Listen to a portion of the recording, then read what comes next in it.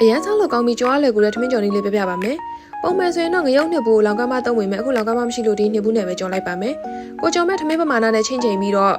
ငရုတ်နှစ်လေးထည့်ပြီးတော့ခဏနေပြီးနှက်ထားလိုက်ပါမယ်အိုးစီပူအောင်လုပ်ပြီးပြီဆိုရင်တော့ဖြင့်တပြားရိုက်ထားတဲ့ကျက်သွန်ပြူလေးတွေကိုထည့်ပြီးတော့မှုောင်စီတက်လိုက်ပါမယ်ကျက်သွန်ပြူလေးတွေမှုေးလာပြီဆိုရင်တော့အမေခိုးစာကျွေးဖို့တွေကစနိုက်ကြော်ထားတဲ့ပြောင်းမှုလေးတွေထည့်လိုက်ပါတယ်ပြီးရင်တော့ကြက်ဥချောင်းလေးတွေလည်းထည့်လိုက်ပါတယ်ပြီးရင်တော့ကျက်သွန်မိတ်လည်းထည့်ပါတယ်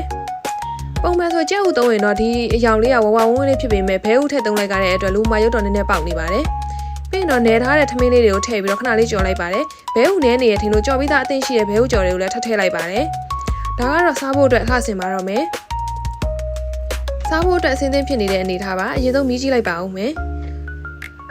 များသောအားဖြင့်တော့လောင်ကမ်းမနဲ့ကြော်စားပေမဲ့လည်းဒီငရုတ်အနှစ်ဘူးနဲ့တစ်ခါမှတော့ကြော်မစားကြည့်ဘူးပေါ့နော်အခုစားကြည့်လိုက်တဲ့အခါမှာလည်းအရသာလေးကမဆိုးတော်တော်လေးတော့စားလို့ကောင်းတယ်ဒါပေမဲ့လောင်ကမ်းမကိုတော့အရသာအသိမ့်မမီဘူး